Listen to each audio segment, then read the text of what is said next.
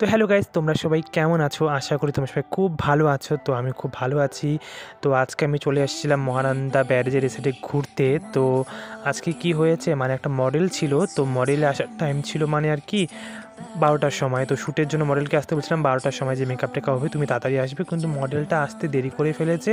Model আসছিল 2টার সময় বলে আসবে, মডেল এসে পৌঁছাবে।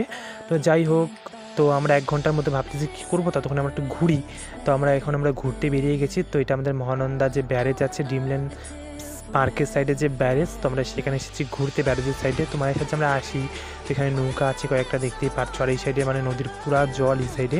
আর এই সাইডে এক রকমের পাখি পাওয়া যায়, যেখানে দেখতে বাইরের থেকে মানুষ আসে, শিলিগুড়ি থেকে মানুষ আসে, অনেক জায়গা থেকে মানুষ আসে এক রকমের পাখি দেখতে। তো ফাইনালি মডেলে আসতে আসতে 3টা বেজে গেছিলো। তারপরে আমার ফ্রেন্ড যেটা উজ্জ্বল, সে তার মুখে মতলব সব কিছু প্রিপারেশন করার পরে এখন ফাউন্ডেশন অ্যাপ্লাই করছে। দেখতেই পাচ্ছ কি সুন্দর করে ফাউন্ডেশন অ্যাপ্লাই করছে। এই যে উজ্জ্বল এই মেকআপটা করতেছিল, তো হেয়ারটা পরে আমি করব যেহেতু। তো দেখতেই পাচ্ছ এখনও মেকআপটা সুন্দর করে কমপ্লিট করছে, আর আমি ভিডিও বানাচ্ছি, মডেলকে সাথে কথা বলতেছি, হাসি আর কি করতেছে। কেউ মডেল আমাদের থেকে একটু ছোটো বয়সে, কিন্তু আমার থেকে সমবয়সী মডেল, আর আমি তার সাথে কথা বললাম। এই যে আই মেকআপ দেখো কি সুন্দর হয়েছে, পুরো গ্লসি আই মেকআপ, একদম খুব ভালো লাগছে দেখে দেখতে। তো মেকআপ হওয়ার পরে তো আমরা চলে গেছিলাম, তো যেহেতু আমাদের আউটডোর শ্যুট ছিল তার জন্য আমরা চলে গেছিলাম মহানন্দা ব্যারেজে। তো যারা যারা ফুলবাড়িতে থাকো তারা তো জানোই এটা। তো এখানে আমাদের শ্যুট হবে এখন।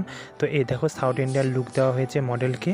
তো কেমন লাগলো তোমরা সবাই জানিও মডেলকে, আর আমার ব্লগগুলো কেমন লাগে তোমরা একটু জানাবে কমেন্ট করে। আজকের জন্য এটুকুই, বাই বাই।